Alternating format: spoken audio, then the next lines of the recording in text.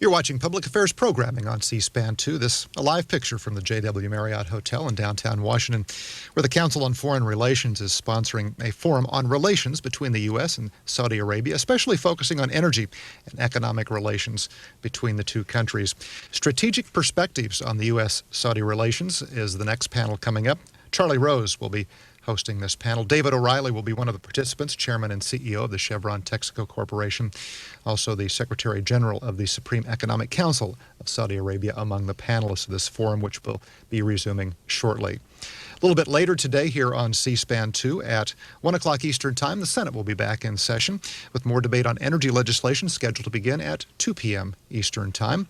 The U.S. House of Representatives will meet in a pro forma session today, only in session for a few minutes. And the House this week is scheduled to consider a bill that would replace the Immigration and Naturalization Service with another agency. And that's the focus of our Capitol Spotlight webpage this week. By going to cspan.org and clicking on Capitol Spotlight, you can read an article by CQ reporter Betsy Palmer titled, "The House Wants to Turn the INS Inside Out." You can also see a web-exclusive interview with her. You can also join in a week-long discussion forum about the INS by going to cspan.org and clicking on Capitol Spotlight. But resuming shortly, a forum on U.S. Saudi relations, energy and economic relations in particular, and a panel on strategic perspectives on the U.S. Saudi relationship.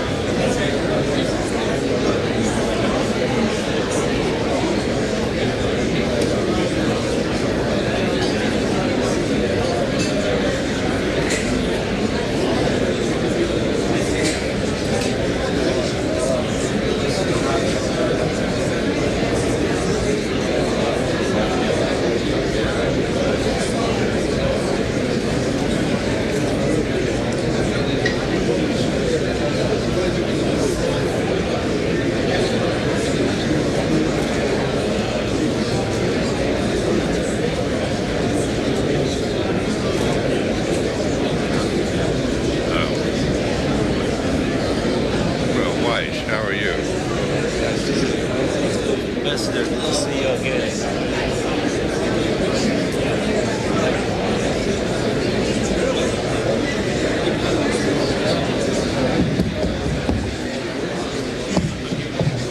Could you all please take your seats, please. Thank you very much. Yes.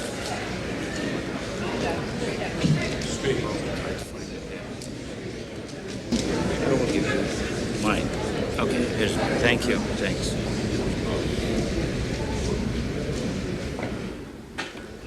Good morning. My name is Richard Murphy. I'm moderating this panel on U.S. Saudi energy and economic relations in a global perspective. You've already had a good reminder of the history, some of the highlights of the history of Saudi-American relationships. You've had a passing reference to the current turmoil of the past 7 months, leading to challenges to that relationship on many of our television and radio programs about, is Saudi Arabia a friend or an enemy of the United States? Questions about their readiness to work with us in military cooperation on the money trail ever since September 11. To question today, what did Prince Saud mean by referring to Saudi assistance to the region? What did he mean? Well, I remember a few years ago, Prince Saud was visiting Texas, and he said at that point that he was happy to be in Houston because there was so much shared in common: deserts, oil production, and difficulty in talking to Washington. Well, the Crown Prince will be in Texas much of this week, and I think that any difficulty in talking to Washington will be overcome between him and President Bush at Crawford. I've had several references during the earlier panel to the reliability of Saudi Arabia as a supplier, and the very meaningful statement that Minister Naimi made last September about Saudi Arabia's intent on supply. I have had personal pledges of brevity from all of our speakers so we can get to your questions. So without further ado, I'd like to call on David O'Reilly to address us as our first speaker.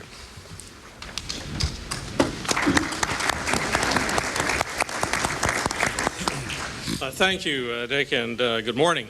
And I welcome the opportunity to participate in this conference on U.S. Saudi relations. The relationship is an important one for all of us, and it's an honor to share the podium with so many prominent representatives from each country. As the CEO of an American company that has been involved in the kingdom for almost 70 years, I suppose I could be seen as biased, and perhaps I am. But I do have a perspective on the relationship from a business and also from a personal point of view. And I would like to share both those perspectives with you today. You heard something about the history of the oil industry from Minister Al-Naimi earlier this morning, but I'd like to reiterate a couple of points. Chevron Texaco's involvement in Saudi Arabia goes back to the very beginning of the Saudi oil industry. In February 1993, Lloyd Hamilton of our predecessor company, Standard Oil of California, arrived in Jeddah to negotiate a concession with the kingdom. It took about 4 months, and an agreement was finally signed, and shortly thereafter, exploration began in the eastern province. Now, it's hard to believe it now, but during the next 4 years, 6 wells were drilled in the eastern province, and all of them were dry. Can you imagine 6 wells and not finding oil in Saudi Arabia? Finally, in 1938, history was made with the 7th well, Dammam number 7, marking the birth of the greatest oil province ever found anywhere in the world. In those early days, Texaco joined Standard of California in a partnership that was to become Aramco. And as we now know, and as mentioned by the minister this morning, Saudi Aramco has become by far the largest and most successful oil company in the world. Our roots in Saudi Arabia extend beyond Aramco, however. In 1949, Pacific Western Oil, another predecessor company, acquired a concession onshore in the partition neutral zone between Saudi Arabia and Kuwait. Pacific Western became Getty Oil, which subsequently was acquired by Texaco, and of course Chevron and Texaco completed a merger last October. I recite this history as a lead-in to make some points about doing business in Saudi Arabia. That concession in the neutral zone is operating very successfully today. We now produce over 150,000 barrels a day of crude oil through a subsidiary called Saudi Arabian Texaco. Sure. The complete rebuilding of the infrastructure following the Gulf War and the steady improvement in production is testament to the quality of the organization we have built there, over 90% of whom are Saudi citizens, including almost all of the senior management. And our involvement goes beyond the neutral zone. In a partnership with Saudi investors a few years ago, we started up the first completely privately financed petrochemical plant in the kingdom. Today, that plant is providing important products to the Saudi and export markets. Together with our Saudi partners, we've recently announced a $1 billion expansion plan. The singular focus on performance and excellence that our Saudi colleagues bring to these endeavors is a dramatic illustration of the new Saudi Arabia that Crown Prince Abdullah is building. And it stands in sharp contrast to criticism that the kingdom does not have the depth of technical and managerial talent to successfully boost economic growth. These projects and businesses provide high-level employment opportunities, technology transfer, and professional training, particularly for the new generations of engineers and scientists that the kingdom is producing. Our long relationship in Saudi Arabia has been a successful one, and I'd like to think it is a relationship that has been equally rewarding for our Saudi partners and for all the other stakeholders involved. Moving now to the role of the kingdom in the world energy market. You heard a lot about this in the other panel this morning, but I'd like to add a few thoughts. Worldwide crude oil demand today is a little over 77 million barrels a day, and this demand is expected to reach 90 million barrels a day by 2010, and maybe substantially higher in the decade following. Some believe it could even be more than 90 million barrels a day by 2010. On the supply side, global production capacity is currently 81 million barrels a day. OPEC accounts for almost all of the surplus capacity, with Gulf producers contributing 90% of that surplus capacity. Recently, there has been much debate about the impact of increased production from non-OPEC sources such as Russia, the Caspian, and Africa. Some commentators suggest that these sources will lessen U.S. dependency on OPEC oil. Some claim that the Middle East will decline in importance as a result. This is flawed thinking and taking a short-sighted view of the world's oil supply and demand balance. It is true that increasing non-OPEC production is displacing some OPEC oil in the near term. However, under any reasonable economic growth scenario, these sources cannot possibly satisfy the long-term expected demand for oil. Saudi Arabia, with 260 billion barrels of oil, possesses almost 1/4 of the world's oil reserves and about 1/8 of the world's oil production capacity.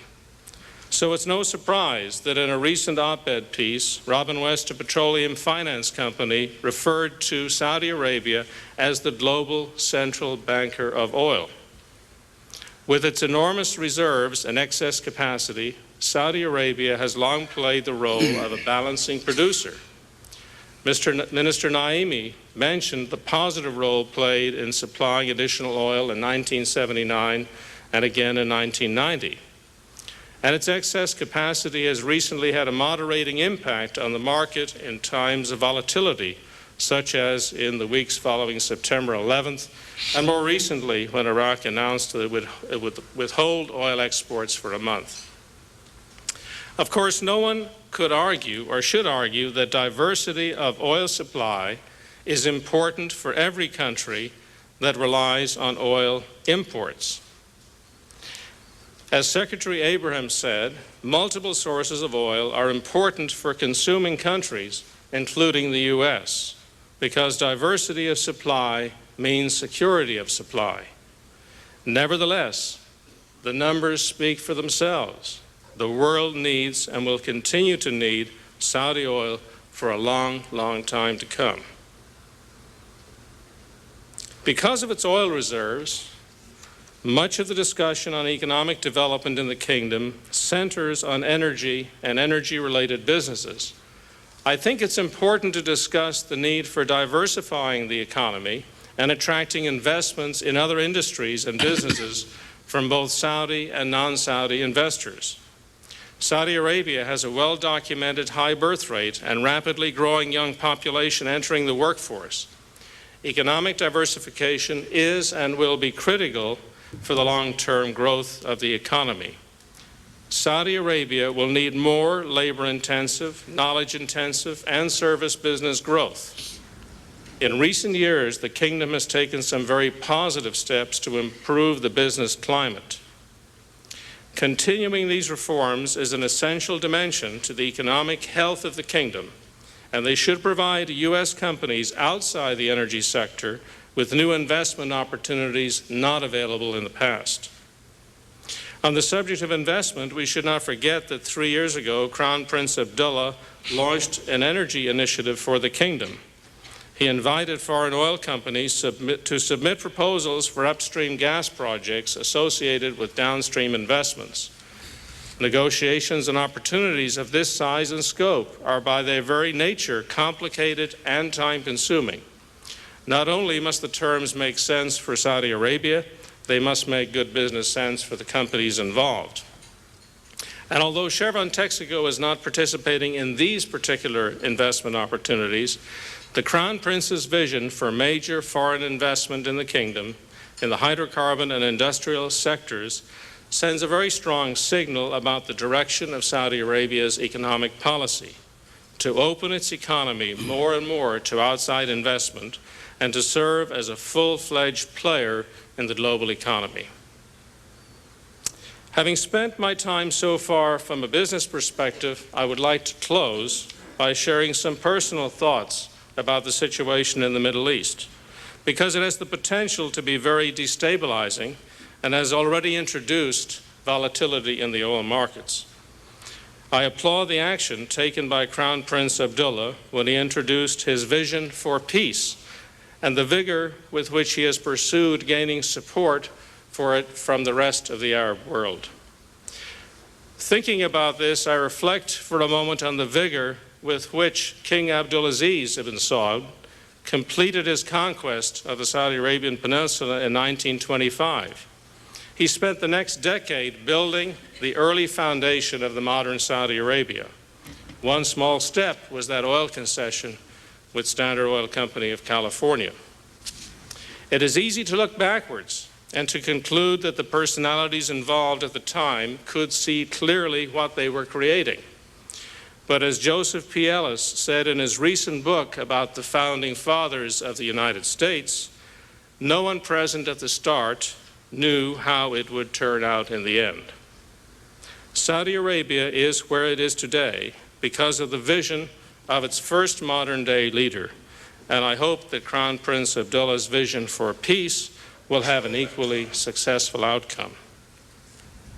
To conclude, Saudi Arabia and the U.S. have had a long history of successful relationship based on commerce and a healthy bilateral political relationship. I know that many of us here today look forward to strengthening the economic, commercial, cultural, and political bonds that are of mutual benefit to the United States and Saudi Arabia. And I am personally hopeful for a continued strong and lasting friendship with our Saudi partners. Thank you.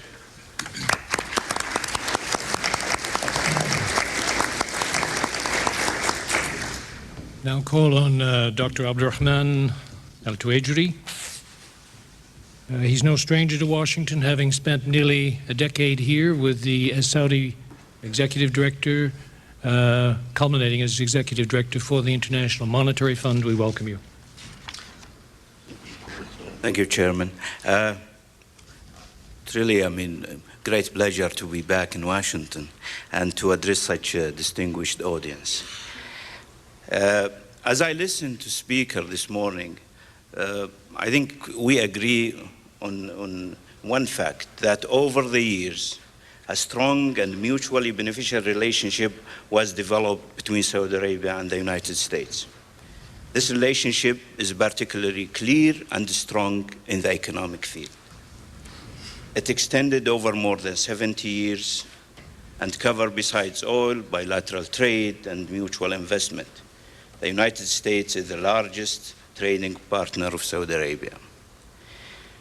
We in Saudi Arabia appreciate the strong bonds between the two countries, and we think there is a great potential for them to grow and strengthen.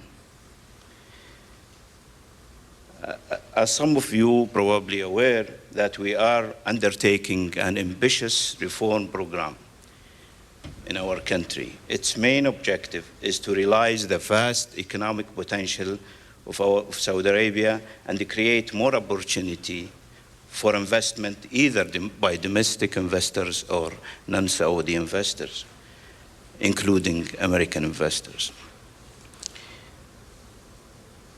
In the coming few minutes, I'll shed some light on our economic reform program. Our country is characterized by its strategic location and the sheer size and variety of its natural wealth. The country holds 1/4 of the proven world oil reserves and is the world's largest producer and exporter of oil.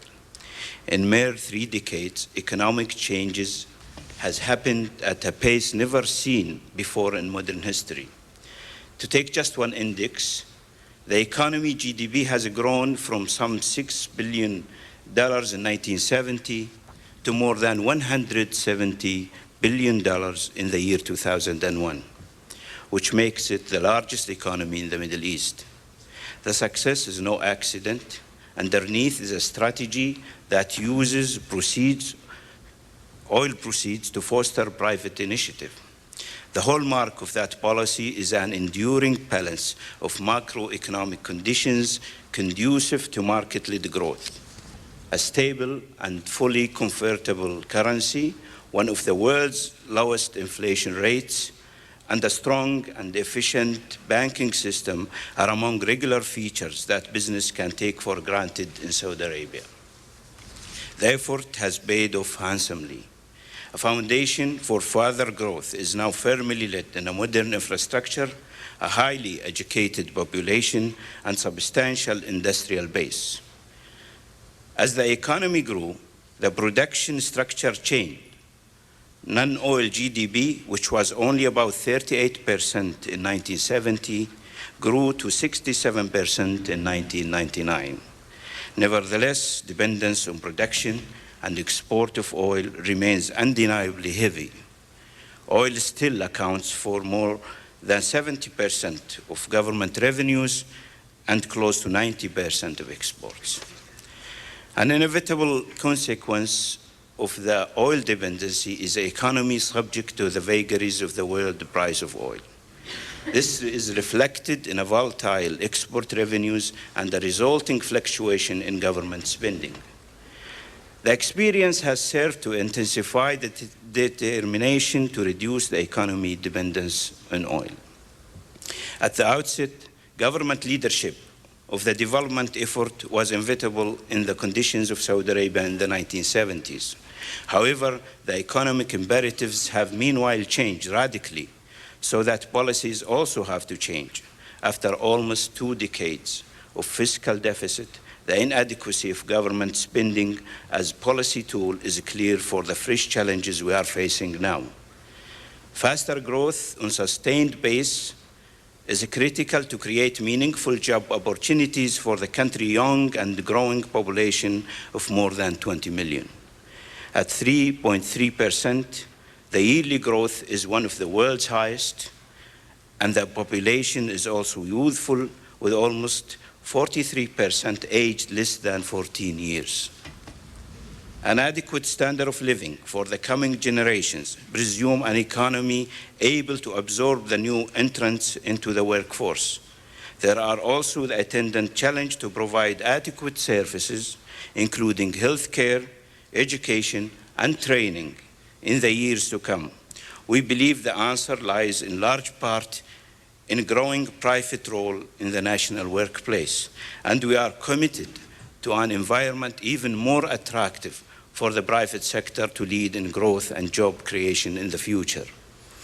The challenges, however, are sizable and require stronger and more broad-based structural reform.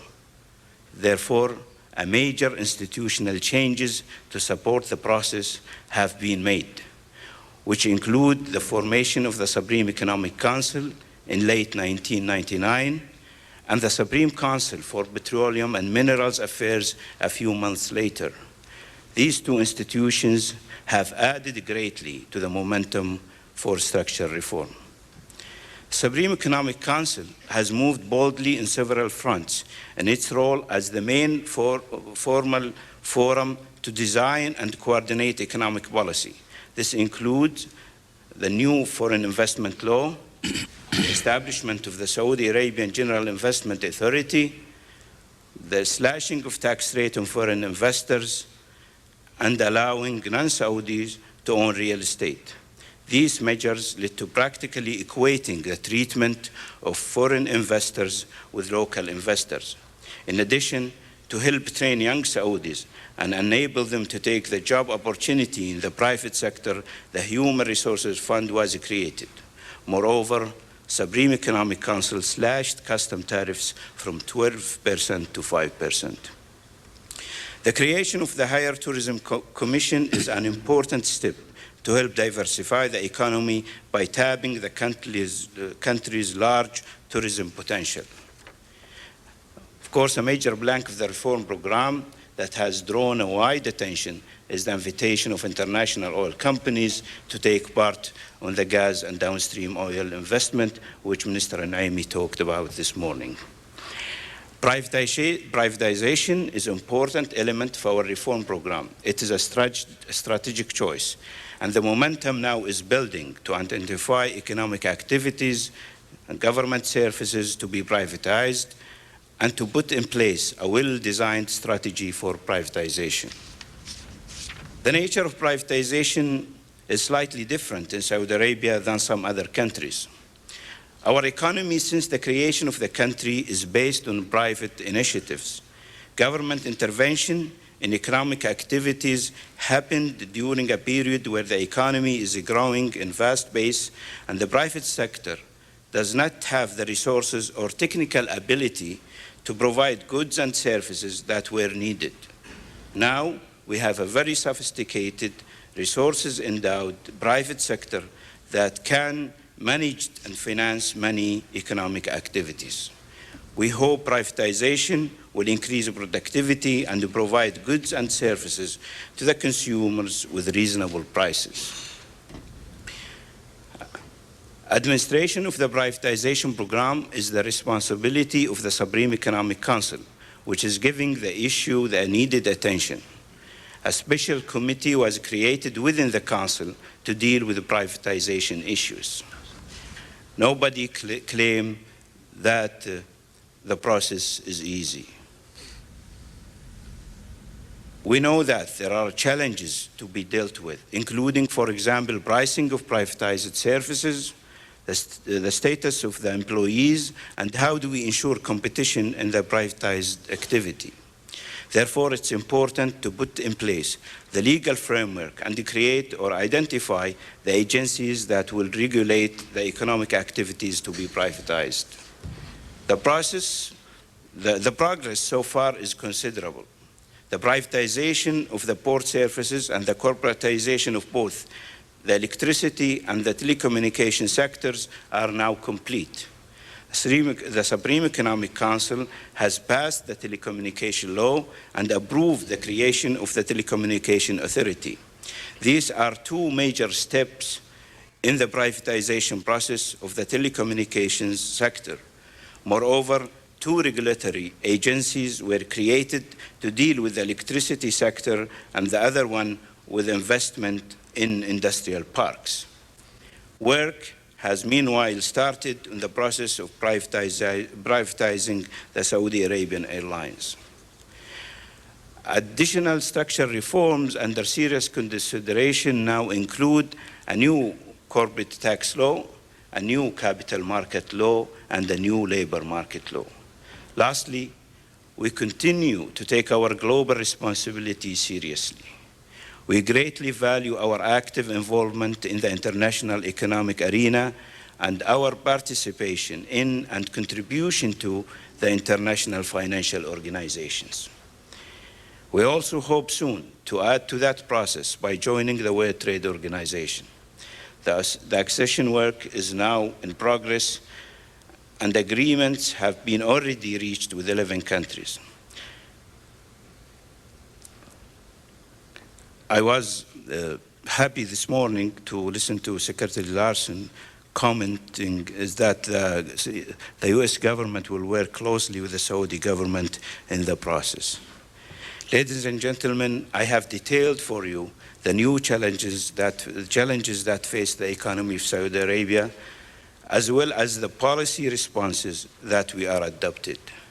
Our agenda is ambitious and will require a sustained effort. However, the promise is also considerable. In conclusion, I want to assure you that in Saudi Arabia, our commitment for reform is profound. The conviction is widespread that the reform efforts are vital and will be continued. We think there is an ample opportunity for domestic and foreign investors, especially American investors, to take part in this promising market. Thank you very much.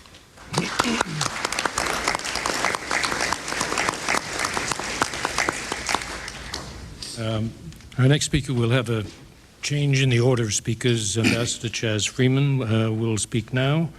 Ambassador Freeman was a very valued colleague in our American Foreign Service, and as you note, he speaks fluent Chinese, French, and Spanish. He has chosen English this morning as his method of communication. Better than Arabic, anyway. There is something wildly improbable about a former diplomat, now a businessman, proposing to address an audience that contains Ali Naimi and Ibrahim Al-Assaf about energy and economic relations with Saudi Arabia, and so that's not what I'm going to do. Instead, I am going to talk briefly, very briefly, as requested by the moderator, and therefore I'm sorry to say quite superficially, about other aspects of the relationship. Actually, I'm not going to apologize for speaking superficially, because years ago I was told by a wise man from the East that if something is worth doing, it's worth doing superficially. And this man was, of course, from the East Coast of the United States. And, at any rate, let me speak briefly about some of the other strategic factors that affect this relationship and make it so important to both countries. I think it's fair to say that 57 years ago, when Franklin Delano Roosevelt and King Abdulaziz met in the Great Bitter Lake to work out the basic bargain of U.S. Saudi relations, an exchange of energy for security, that few people had thought much about Saudi Arabia. It was, at the time, a country the size of Western Europe, with a population the size of a medium-sized American city, let's say Providence, Rhode Island, and a GDP probably less than that of Fauquier County in Virginia. It was a place which had played no important role internationally after the establishment of Islam, which occurred in Saudi Arabia. And I think it's fair to say that without oil, it would not have the central role in global economy and politics that it has come to have. But we need to be remind ourselves from time to time, and I apologize here to Minister Al-Naimi, that it's not just oil that makes Saudi Arabia important. And American interests with regard to Saudi Arabia are vastly broader than simply energy trade and investment. Of course, oil is important, but so is Saudi Arabia's position as the center and the manager of the holy cities of Islam.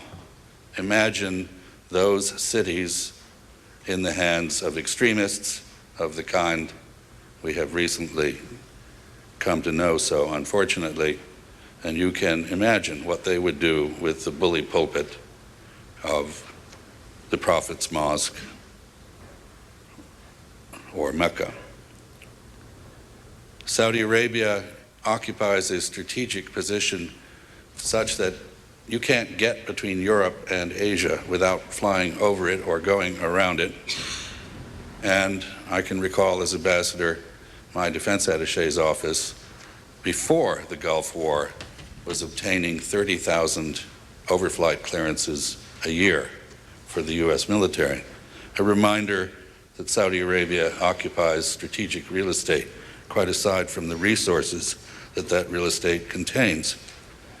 And finally, Saudi Arabia has been a very important partner of the United States, not just financially, but in other ways as well, in many, many areas of foreign policy. And the centrality of Saudi Arabia has recently been reaffirmed and illustrated, for anyone who might doubt, by the Crown Prince's vision of peace between Israelis and Arabs. This illustrates two things. First, it is no longer the case that the Arab Mashriq has three centers, Cairo, Baghdad, and Damascus. It now has a fourth corner, Riyadh, and nobody in the Arab world or in the Islamic world does anything without checking with Riyadh. And Riyadh has just shown the leading role that it can play. Second, Riyadh, or more accurately, Saudi Arabia, as the custodian of the holy places, has the ability to legitimize or delegitimize, in the eyes of the broader Islamic world, many things. It's unfortunate, to my thinking, that many Americans did not hear, perhaps because we were not listening, the prompt denunciation by the Saudi ulama and others in the Gulf of the use of suicide bombing to carry out mass murder in New York and Washington. The prompt and forthright condemnation had an important impact in delegitimizing al-Qaeda's crackpot theories of Islam and making it possible for Muslims more generally to support the capture of that criminal gang. I think it is this brings me to an obvious point. This is a time of testing in U.S. Saudi relations and in U.S. Arab relations more generally. It is not just the Israeli-Palestinian issue, which is particularly troublesome today. It is not just the differences we may have with regard to Iraq. It is some other things that remind us of the basis of our relationship, which is a human relationship. Hundreds of thousands of Saudis have studied here. Hundreds of thousands of Americans have worked and lived in Saudi Arabia. And these human ties are what give the relationship its strength and resilience. After 9/11, with what I am sorry to say was a very ugly mood in the United States against Arabs and Muslims, despite heroic efforts by the president to lead the American people in another direction, there was a virtual collapse in business and other travel between the Gulf and Saudi Arabia in particular and the United States. Similarly, few Americans went to Saudi Arabia. And many of us were concerned that the relationship was beginning to fray and fall apart. I'm happy to say that due to very considerable efforts by both sides, but more particularly the Saudi Arabian government and the two gentlemen seated in the front row, that this situation seems to have turned around. Saudi businessmen with the Saudi Business Council have shown that it is possible to ride on an American airliner without being thrown off, and it is possible to navigate INS and customs without being humiliated. And therefore, the human relationships, which are all important, while not fully restored, are coming back. Similarly, after 9/11, the early confusion of financial controls seemed to many in the region to constitute the creation for the first time of significant political risk in investment in the United States. And while there was little disinvestment, there was very little new investment. And the importance of this needs to be understood because the amount of Saudi private capital outside the kingdom is numbered in the hundreds of billions of dollars, perhaps $600, $700 billion, with the bulk of it in the United States where returns have historically been high. I'm happy to say here, too, that thanks to hard work by both sides, and especially Minister Al-Assaf and Treasury Secretary O'Neill, there seems to have been a removal of the main concerns about this. We have heard about Saudi Arabia's efforts to address some of its internal economic issues with economic reform. For anyone in the room who has not read it, I urge you, please, to read Crown Prince Abdullah's speech to the GCC at Muscat in December, which is one of the most honest and self-reflective, self-critical statements that I have ever seen a world leader deliver. And it illustrates the extent to which Saudi Arabia is, in fact, committed to moving ahead, not just economically, but in other ways. I conclude here with the thought that the Crown Prince lives up, as his speech illustrates, to his reputation for candor and sometimes bluntness. What has been missing all for too long in this relationship has been honest dialogue at the senior level.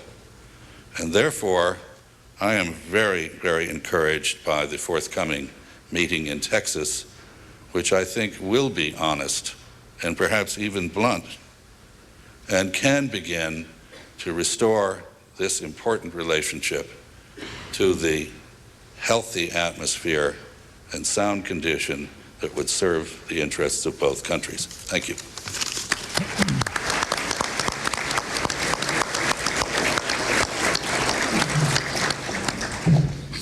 And now it's my great pleasure to ask Charlie Rose to take the podium. Charlie has done a really wonderful public service over the last months, opening his program to discussion of U.S. Middle East policy, Saudi Arabian-American relations, and I think we'll be most interested in any comments he may have about the media foreign policy analysis.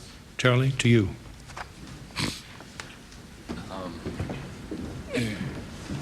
My first comment is, why is Dick playing that role and why am I playing this role, which is unusual for me. And so I don't really, I'll talk a little bit just briefly, and I asked Dick could I come last because I had the least to say and would say it quicker. I am doing a lot of coverage on the Middle East. I ran into the president of NBC Entertainment, used to be the president of NBC News the other day, Andy Lack, and he said, I'm watching you every night. And you're doing too much on the Middle East, but I think I'm proud of you, and I think you should be doing more on the Middle East. And I said, Andy, you haven't been reading my emails. Nothing creates more attention and more controversy than the response you get, because part of it is driven by ideology, and part of it is driven by the place that you stand and how you see what is happening on your television. What I find is that there is generally beyond that a hunger for new voices and to hear more. Picking up what Mr. Freeman said, it seems to me in the strategic perspective, nothing could help us more now than a not brutal, but certainly a candid and tough dialogue, which will happen in Crawford. I think picking up on what the Crown Prince had said earlier about it may be perhaps time for the United States and Saudi Arabia, to look at their separate interests, and I think in the end that clearly is helpful. I also think that in terms of the process of dialogue, and I mean it's helpful because when people define what their needs and benefits are, then perhaps you are taking the first step to understanding each other better and finding a better way to go. After the 9/11, most of the controversy and most of the talk that I heard from people on my show was, is the United States, including Saudis, is the United States going to stay the course? Now we came to a point in the last several weeks in which most of the comment was, when is the United States going to do something? And once the United States began to do something, the president began to hear from some of his political friends that that was not exactly what they wanted the president to do. So I think we've come to a place where there is going to be dialogue.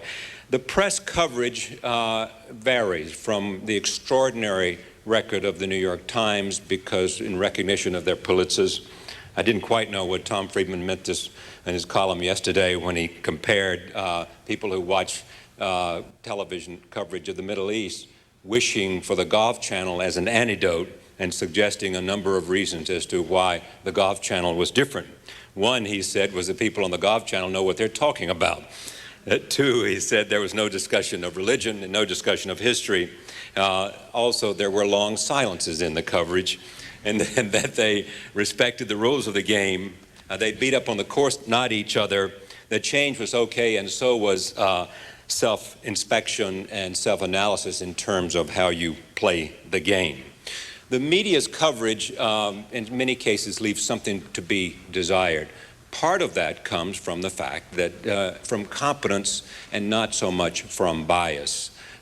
Clearly, there is always a discussion of bias with respect to the media, and also with respect to an area in which there is conversations about the United States' role and the United States' relationship with Israel as it comes to the Middle East.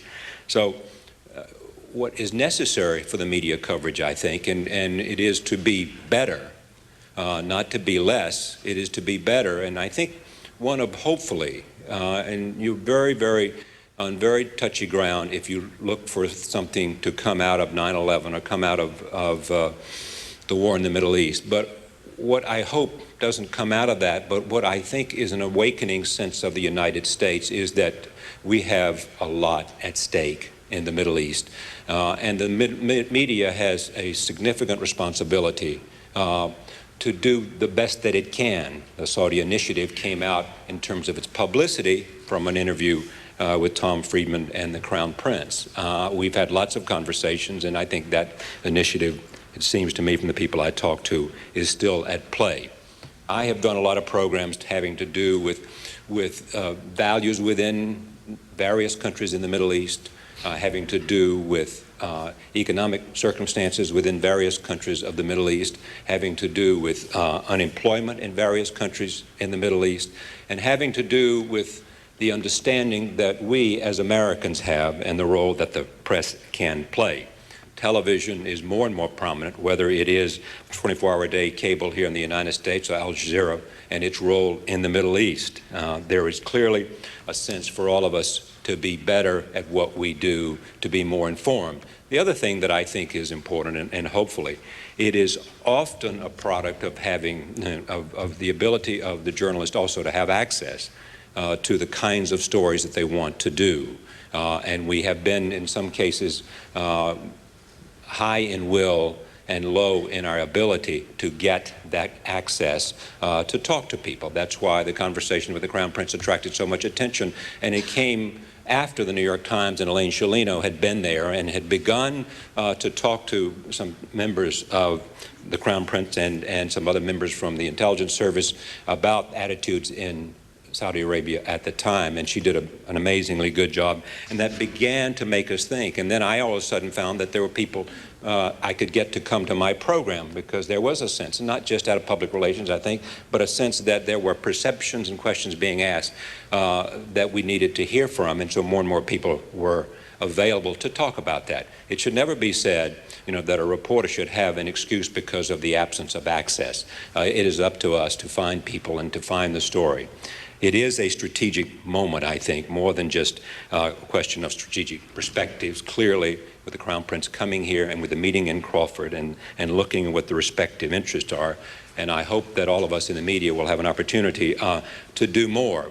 Finally, let me say this morning, I find myself in this conversation facing what I find frequently in important conferences. There is as much intelligence and as much understanding, as much experience, and as much questions and answers within an audience like this as there is here on the up here on the dais. And so the more that we can engage all of you with my colleagues up here, I think the better this program will be. So I encourage you to take a little bit of my former role, Dick, to engage so that we can have the kind of conversation that makes us understand and helps all of us understand, those who are watching this on C-SPAN and television, the strategic necessity that we get to know each other better, that we understand our interest, and that we in the United States appreciate and understand change in Saudi Arabia and understand how central Saudi Arabia is to Islam. Thank you very much.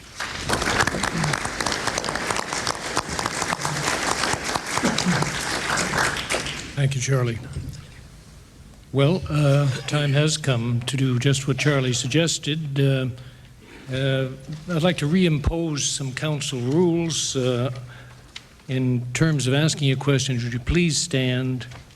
Do wait for the microphone, despite the loudness of your personal voices, and state your name and affiliation. That's very helpful in our panelists responding.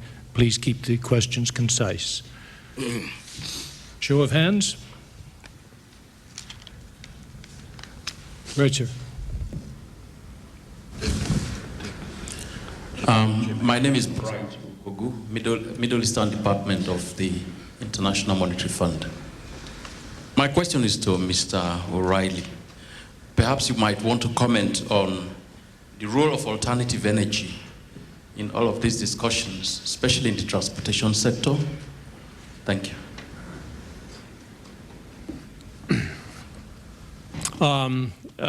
The role of alternative energy particularly in transportation. There's no question a lot of work is going on in alternative sources of energy.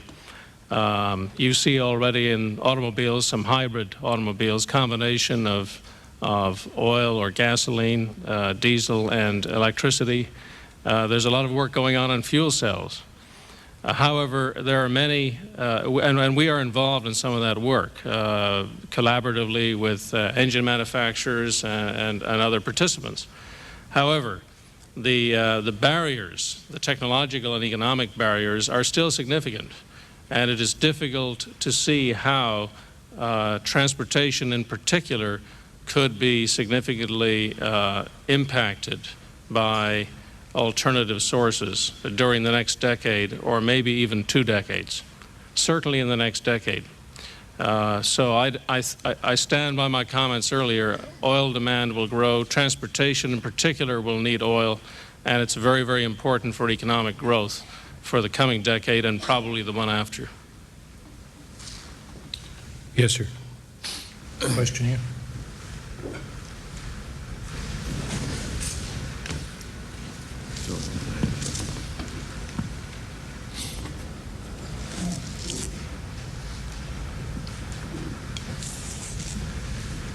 James Akins. Every morning I read the press from Europe about the extraordinary developments in the Arab world, and I have 10 or 12 emails from friends of mine in Saudi Arabia and elsewhere telling me about the unprecedented growth of anti-American feeling in the kingdom and elsewhere. This has been barely referred to. Chas Freeman mentioned it in passing. Do you really think that this is to be dismissed? Is this going to have any effect on this wonderful, burgeoning relationship that all of you have talked about in the future? Let me just say that my assumption is that will be one of the subjects of attention when the Crown Prince meets with the President in Crawford. Clearly, there will be a reflection of that, and I've heard lots of expressions about it and think it's an important issue in terms of what the media has written and said about it. And in Europe as well as in the Middle East. Would you have any comments? I think, Jim, that you're right to raise this as an important issue. If it is not addressed, and I say it, when I say it, I mean not only anti-Americanism, but the mirror image anti-Arab sentiment in the United States. If these things are not addressed over time, as I indicated, I think they will have a major impact on our ability to cooperate, regardless of what rational analysis of our interests would suggest. I think in this regard, and I don't want to repeat what I said earlier, but I would say with regard to the media in particular, that the Saudi government, which historically it's been much harder for the press to get to Saudi Arabia than to get to Tibet, for example, even though Saudi Arabia is a full participant in the global economy and Tibet is rather isolated. Recently, the Saudi government, as Charlie Rose mentioned, has made a real effort to open up, and I don't think Saudi Arabia has anything to hide. So I think the important thing is that this continue, that our press make us more aware of feelings there, and that both sides reflect a little bit. I've indicated I think the Saudis are doing some reflection. I'd like to see us do a bit of reflection on our policies as well. The final point here is I think it's far too easy for Americans to say the reason they don't like us is because of who we are and what we believe. I don't believe that for a minute. The polls don't show that. Anecdotal experience doesn't show that. 100,000 Saudi-owned houses in the United States don't show that. The reason people dislike us or hate us is because of what we do, not because of who we are, or because we don't live up to our own values and beliefs. We fall short.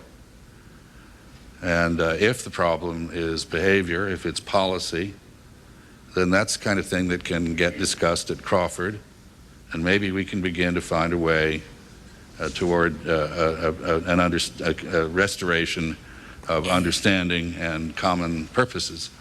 I guess what I'm saying is this isn't a failure of communications as much as it is as a genuine difference of viewpoint on some fairly critical issues, whether they are in the Holy Land or in the broader region is a detail. But there is a serious political problem, and we can't address it if we ignore it. I think the fact this conference is taking place suggests that, at least on the Saudi Business Council's part, there's no interest in ignoring it. Rather, the Saudis are making an effort to try to be more transparent, and I think we ought to welcome that. I'd like to put a question to Dr. Al-Tuwajri. The statistics record a very dramatic drop in per capita income over the last 15 years in Saudi Arabia. Now, there may be some question about the accuracy of the earlier statistics on population, but putting that aside, how does an organization like the Supreme Economic Council come to terms with the problem? You mentioned the labor supply, problem of privatization, but the basic question of education for the new Saudi Arabia. Does the Supreme Council concern itself with the issue of education in the kingdom, or is that something apart? Thank you.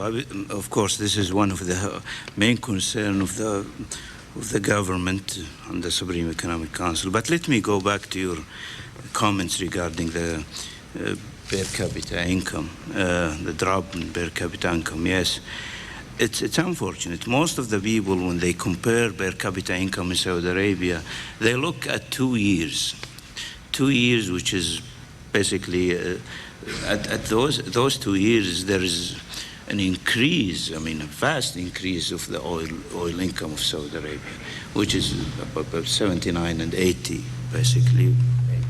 And then they said, well, this is the standard of living of the Saudi during that time, and it's dropped substantially. As a matter of fact, those years, we cannot compare all years to those years. Those are just not normal years. Yes, I mean, standard per capita income hasn't increased, I mean, substantially for a while. But I think basically the reason is there is an increase in population. At the same time, the rate of growth, the real rate of growth, is not increasing at the same level, even lower. And we realize this is a problem. And most of the work we are doing now, structural reform, is just to try to put the country in a rate of growth which is sustainable and can address those problems we are facing now, which is population. We need works for the new entrants to the labor market, and education is extremely important part of these efforts. We are trying, I mean, to provide, one of the problems of our education is that there's a mismatch between the products of the educational system and job opportunities available in the market. And we are trying, I mean, to solve that problem by training more young Saudis. The creation of the Human Resources Fund is an important step in that direction. This fund is intended to finance training programs, and at the same time also will pay part of the salaries of the young Saudis entering the marketplace in the private sector for a short period of time until they gain the experience needed for those jobs in the private sector. Thank you. Yes, sir.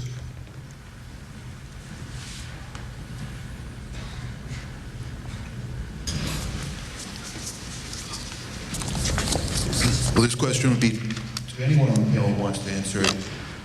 How important, in the short run, are the technological advances in natural gas technology, gas to liquids, LNG, either in terms of the new projects that you've discussed that are going to take place in Saudi Arabia, or in terms of the outlook of major oil companies? In the short or medium run, how important are these technological advances in what we're discussing today? In Saudi Arabia, Saudi Arabia has possessed abundance of liquids and actually a shortage of gas relative to the total potential of the Saudi Arabian economy. And I think that's the motivating force behind the National Gas Initiative.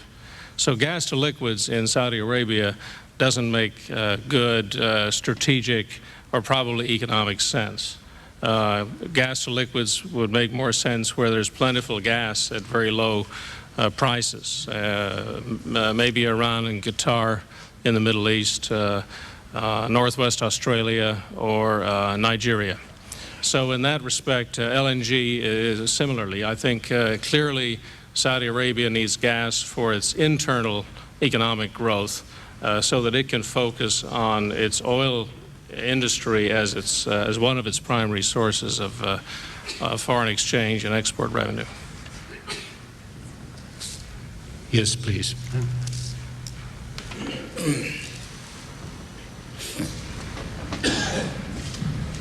John Duke Anthony.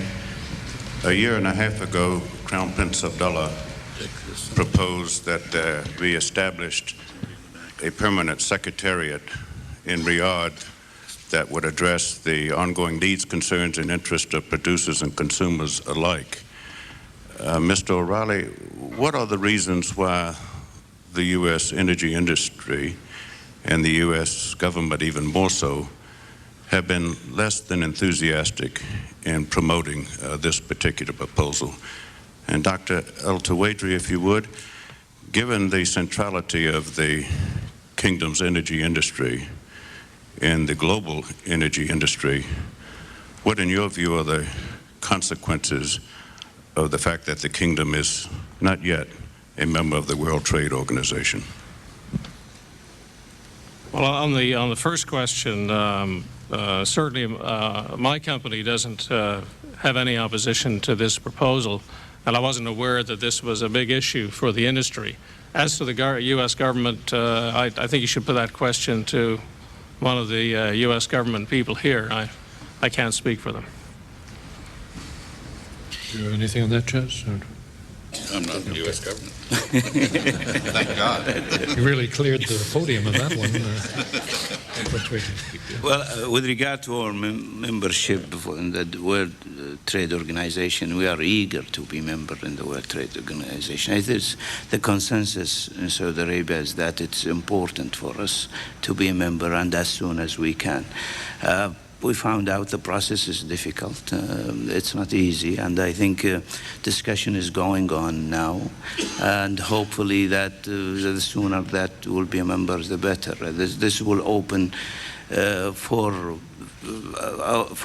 our country's economy. I think will benefit substantially from being a member in the World Trade Organization, and hopefully, I mean, our friend will help us in that process. I think I was so encouraged by the comment this morning of Secretary Larson when he said that the United States government will work closely to the Saudi government in the process. Well, the term helpful has many meanings in the U.S. government.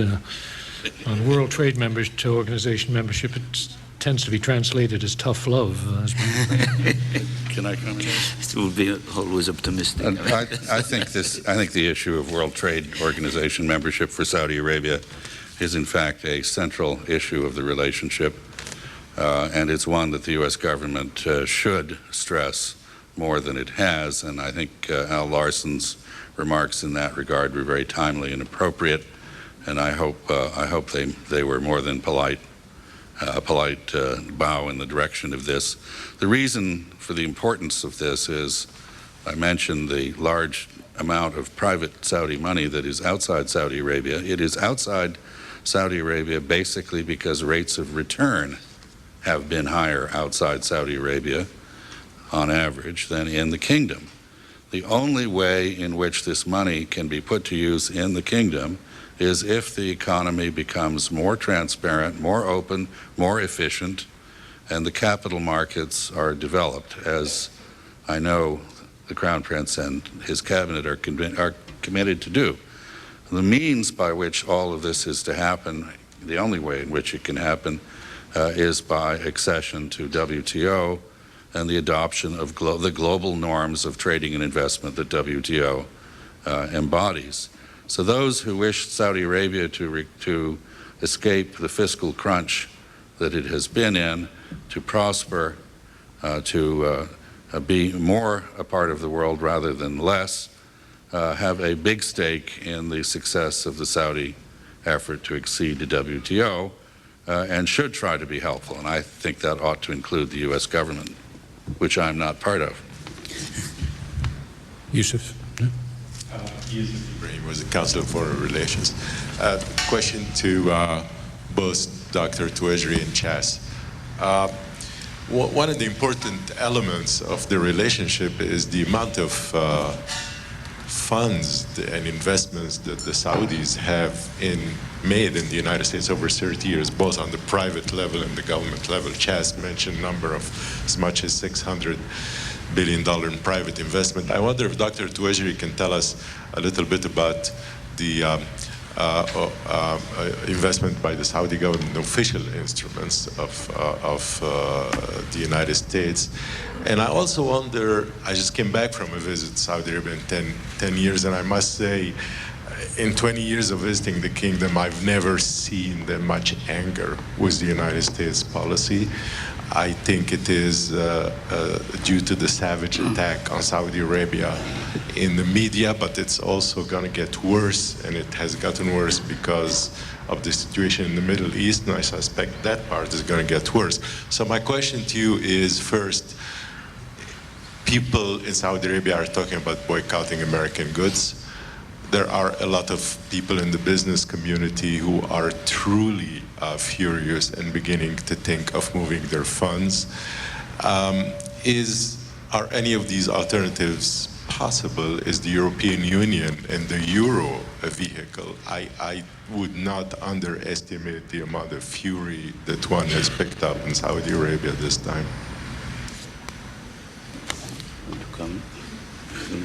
Well, just with regard to the Saudi investment outside, of course, there is no particular number which you can say this amount of money. Of course, a lot of speculation about the amount of money. Yes, there is a lot of investment out Saudi Arabia by Saudis, but we always have an open economy. I mean, people are moving fund outside and they are chasing, I mean, return. The higher the return they will go for. And that's happening in the United States and other countries.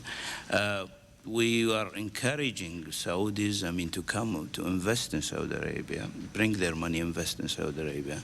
I think the most important thing, not just is to make the environment in Saudi Arabia is friendly for investor, more friendly for investor, either Saudi or non-Saudi. So the most important element is to change the laws, to streamline the procedures, to do as much as we can to make it suitable for more investment. And I'm sure, I mean, there's opportunity, some of that money will come back. And I don't think, I mean, we cannot do more than that, basically. I don't think it's not necessary to do more than just to work inside Saudi Arabia to make it the environment more friendly, to, as I said, streamline our procedures, update our laws, and to work hard on that side, and that will bring more of that money from outside.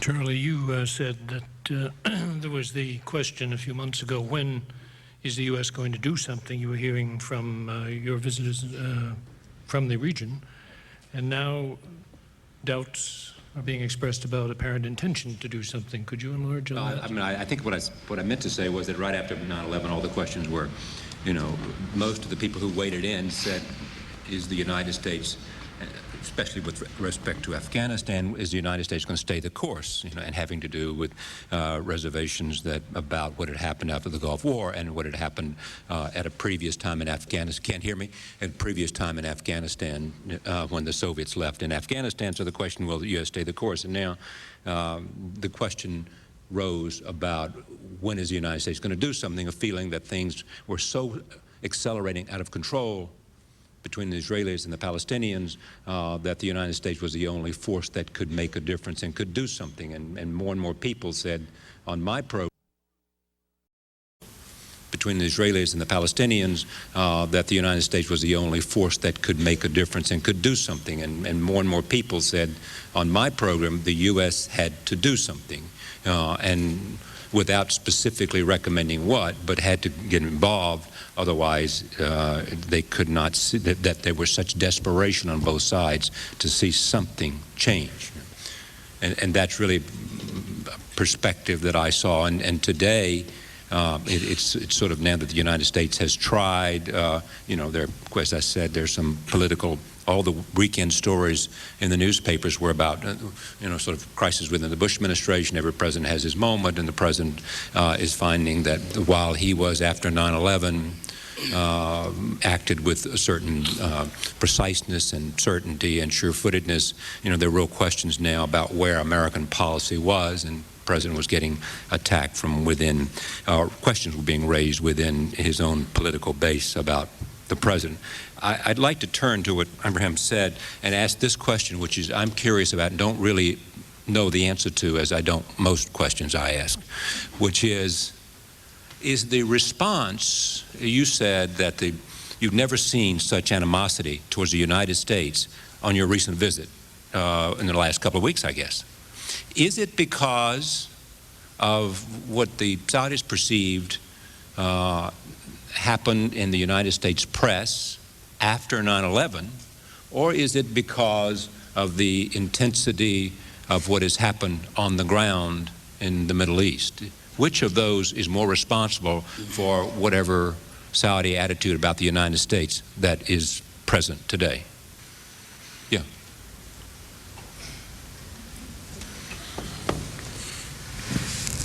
Well, I think it's for two reasons. I covered for the Times and the Journal, as you know, the 1990 war, and at that time, CNN held the whole Arab world in its palm. There's been a satellite revolution. Sometimes you get the things you wish for. We've been wishing for democracy, and we got a satellite revolution in the Arab world that started with the very controversial Al Jazeera, which has now been imitated by all the Arab satellites. I have not entered a house or an office in Qatar or in Saudi Arabia where people were not watching 24 hours coverage with Palestinian journalists in every Palestinian town showing something that could only be described as infuriating, the way the Palestinians were treated by the Israelis. It is something that has totally occupied the conversation of the street and traverses across from the street to the ruling class. So there is this animosity. I think Chas can tell us a lot more about that because he knows the situation too. And secondly, of course, the savage and rather fierce attack against two countries after 9/11, particularly to our main allies, Egypt and Saudi Arabia, which sometimes really crossed the lines into pretty racist attacks as opposed to simple criticism. Chaz, you had a further comment? Very briefly, I think the media campaign in the United States, or the apparent campaign of criticism towards Saudi Arabia, which reflected a great deal of criticism that was imaginary, that is, circumstances that didn't really exist, that were assumed by people using a priori reasoning to exist, and therefore was highly unfair. After the Saudis opened up to the press, as they did, criticism continued, but this criticism was actually realistic and sounded a lot like Saudis, who are critical of their own society, just as Americans are critical of ours. So I don't think that the media criticism today is the factor that it was in the fall of last year. And I think the issue is indeed, as you say, Yusuf, the Israeli-Palestinian interaction, not only on television, but its presence in the hospitals of Saudi Arabia in the form of thousands of wounded kids and others who are undergoing long-term therapy. And finally, I guess, I think it's fair to note, and I think this is your point, that the anti-Americanism in Saudi Arabia is directed largely against the Saudi government for hanging with the United States. So the Saudi government is getting it from two directions. They're getting criticized here for distancing themselves from the United States. They're getting criticized at home for being too close to the United States. And I think it's actually to their credit as an American, as someone committed to this relationship, I think we have to recognize that so far they have tried very hard to stay with the United States. And the Crown Prince is going to Crawford precisely for this reason. So as far as the Saudis are concerned, at the government level, there's no backing away from the relationship with the U.S. at all. None. But the popular level, there is increasing pressure on the government, and if this isn't addressed somehow in a more honest dialogue and some better understanding between the two countries, in due course it will have an effect. There's a gentleman at the back with his hand up. In fact, two. Pick one.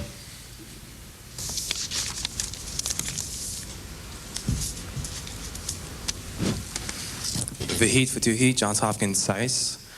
As probably one of the more junior members in this room, this might sound like a silly question, but I'll go ahead and ask it anyways. The panel has spoken very vividly about the opportunities and the domestic challenges faced by Saudi Arabia and particularly the Saudi Arabia oil industry. But what about the external challenges faced by Saudi Arabia's oil industry, namely Russia and the fact that it has been increasing production by nearly 500,000 barrels a day. The North Sea, North Africa, and countries like Equatorial Guinea, where it seems there's a lot of unproven reserves. How do you face these foreign challenges? I thought David had addressed it, but go ahead and address it again. I think it's a good thing for the long term that there is diversity of supply from the places that you have described. Russia, we talked earlier in the earlier session about the Caspian, West Africa. These are all good things for the consuming nation to have diversity of supply, because it does help with security of supply.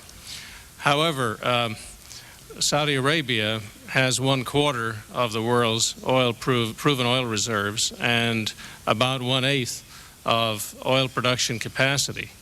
Under any reasonable growth scenario, a global growth scenario, we're going to need oil from all of the places you've talked about, as well as continued growth in oil supplies from the Middle East, and in particular Saudi Arabia. The numbers just speak for themselves. They're incredibly strong. So I see a need for all of these. I think it's a good thing for the world that we have supplies from all these places, including Saudi Arabia. It's also, Dick, if I could add, it is also the case that none of those other suppliers is in a position to meet emergency demand if there were a crisis. The only supplier who maintains significant excess capacity to be brought online to respond to a crisis is Saudi Arabia and Saudi Aramco. It's extremely unlikely that the fractured and predatory Russian oil industry is going to spend any money at all to develop excess capacity for the purpose of stabilizing global oil prices. I wouldn't bet on it. So the significance of Saudi Arabia as a central factor in the global energy market is very unlikely to disappear. Yes, sir. Justin Cole, AFX News. Mr. O'Reilly, can I ask you what potential you see for Chevron Texaco in Saudi Arabia going forward? Are there any areas or projects in particular which you're looking to focus on, and also how, if at all, wider regional tensions could be affecting that outlook? During my remarks, I mentioned our long-standing operations in the neutral zone, which I think are very successful, and also our partnership, Chevron Phillips Chemical Company, with the private Saudi investors, which has already proven to be a success, and we're planning to expand further.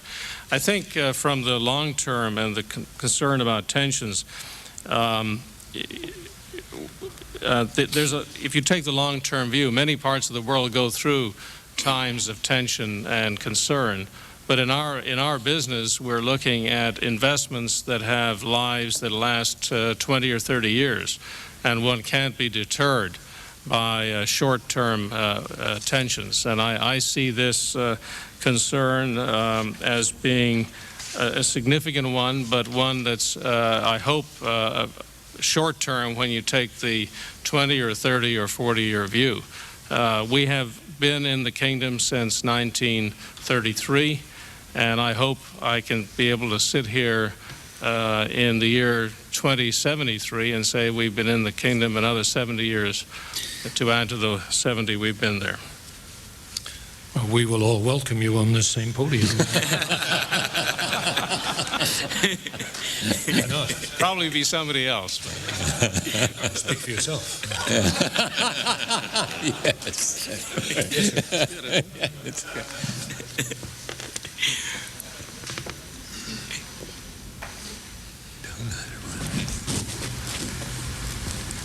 My name's Jeff Hughes, and I have a question for Dr. Tuatri regarding privatization, the National Natural Gas Initiative, as well as entry into the WTO.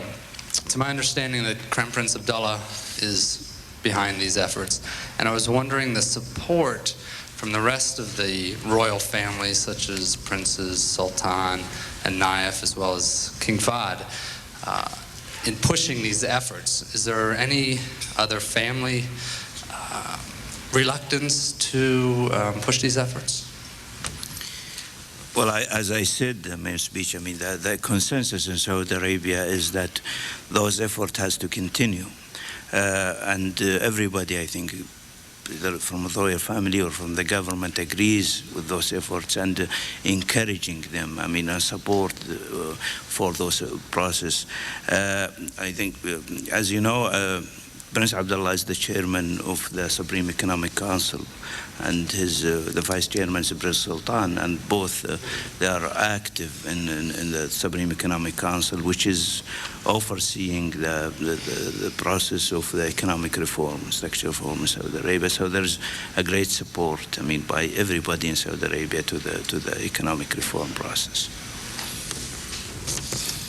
Yes, sir. At the center back.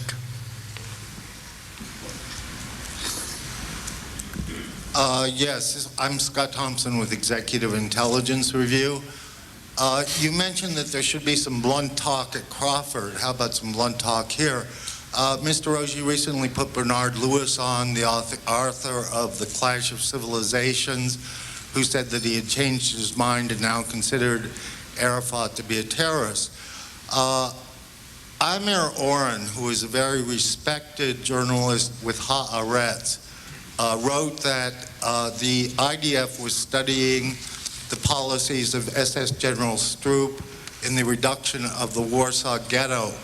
I did not believe this, but I called Renan Gisson, and he told me this was perfectly legitimate and that they needed to engage in street-to-street fighting. You can look at Jenin.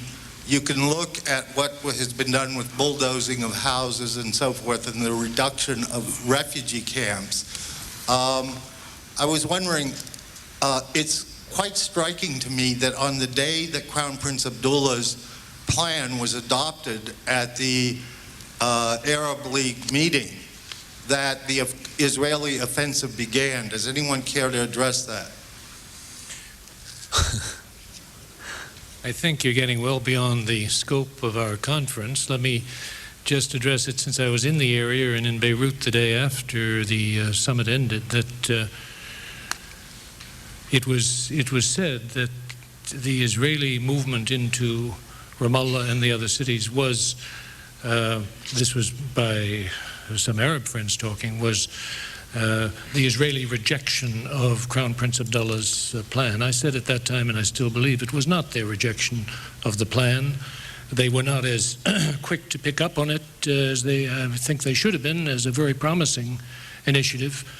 But it was Prime Minister Sharon's answer to the Passover bombing in Netanya. And he moved the troops because of that, not because of the initiative. However, we had another question at the rear. My question to Mr. Charlie Rees. My name is Ahmed Al-Kawsi. I'm from Raya Navigation Shipping Company. I just like to tell you that I've been in and out of the U.S. for the last 25 years. I have two other brothers who are graduates from the U.S. and at least 50 cousins, you know. So as Mr. Freeman and Mr. O'Reilly said, the relationship between the U.S. and Saudi Arabia goes back as far as 70 years. However, we have seen recently, because of the media, our relation with the U.S. has been distorted somehow with the images provided and the misleading information, I must say. Mr. Charlie, whether we want to admit it or not, you know, this unfortunate events that are taking place is truly affecting the business relationship between Saudi Arabia and the USA. And from the shipping perspective, we're seeing a decline in the amount of import of the Saudi market here. I'd like to ask you, how can we offset this imbalance reporting, and how can we restore these images that are provided currently by the media from your experience as a host in your Charlie Rose show? Sorry, how can we restore? Hello? Yes. How can we improve this kind of reporting and improve the imbalance reporting of what's going on and the negative reporting of the images of the Saudi Arabia in general?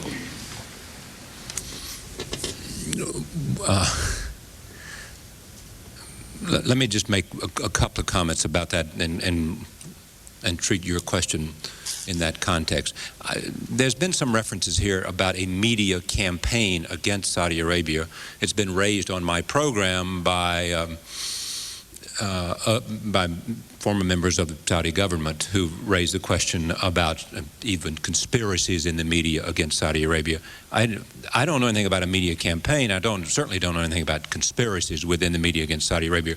Questions were raised, as they might very well be, after 9/11, for obvious reasons, where bin Laden, and reporting later began to bring out more facts about the relationship between bin Laden and his family that remained in Saudi Arabia, but questions were raised. Questions were raised about the number of Saudis that were part of that, what happened on September 11th. And those, I think, are legitimate questions to ask by reporters and to get more information. I don't know anything about a media campaign. I do know and believe, because of what was said to me, that there was a perception, and clearly a perception, that there was a lot of reporting that hadn't taken place before, and that the Saudis were concerned about it, and that they launched a kind of public relations effort, in part to answer the questions and to make sure that they were engaged by the debate. Your question finally was about how it can be better. It can be better in a sense by more access, going more places, and trying to explore what the stakes are and the consequences are, and the nature of the relationships and questions having to do with that have been discussed much in the media that might be accepted at first glance as a negative, but exploring what happened with respect to schools and funding and foundations and all those things that have been raised were not raised as part of a campaign, but I think were raised as legitimate media inquiries by reporters wanting to do their job. I don't find this sort of conspiracy and campaign. I think we ought to see more and continued reporting. I think, as I said earlier, the New York Times obviously got a lot of Pulitzers for what they have been doing since September 11th, and I think there's been a lot of splendid reporting, and we've had a lot of people who I think have enhanced an understanding. Could we do more? Yes. Could we find more people that can speak? I fought myself for this issue, making sure that there are a lot of people that have something to say, that we give them an opportunity to say it, and not just simply go to all the obvious sources, so that there is a full reflection on it. And I'm more than prepared to do that. I get people.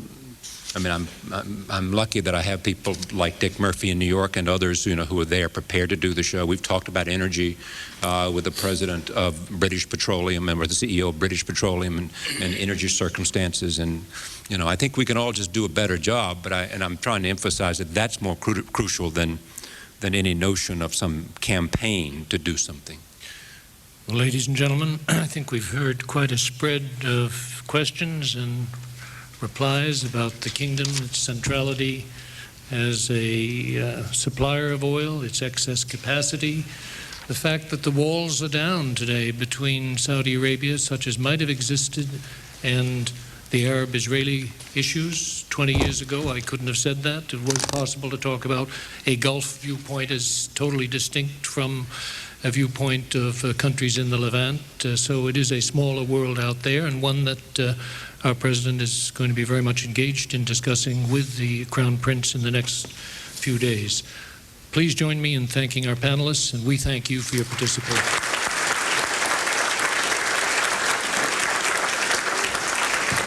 Lunch is in 10 minutes, so please don't be late for that. Oops. Thank you. Let's see.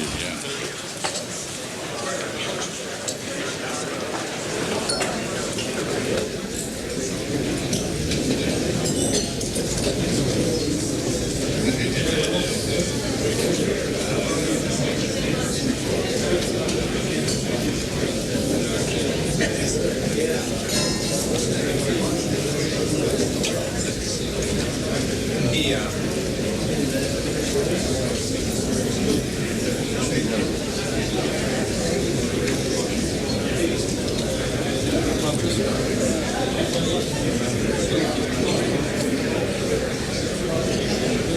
Thank you.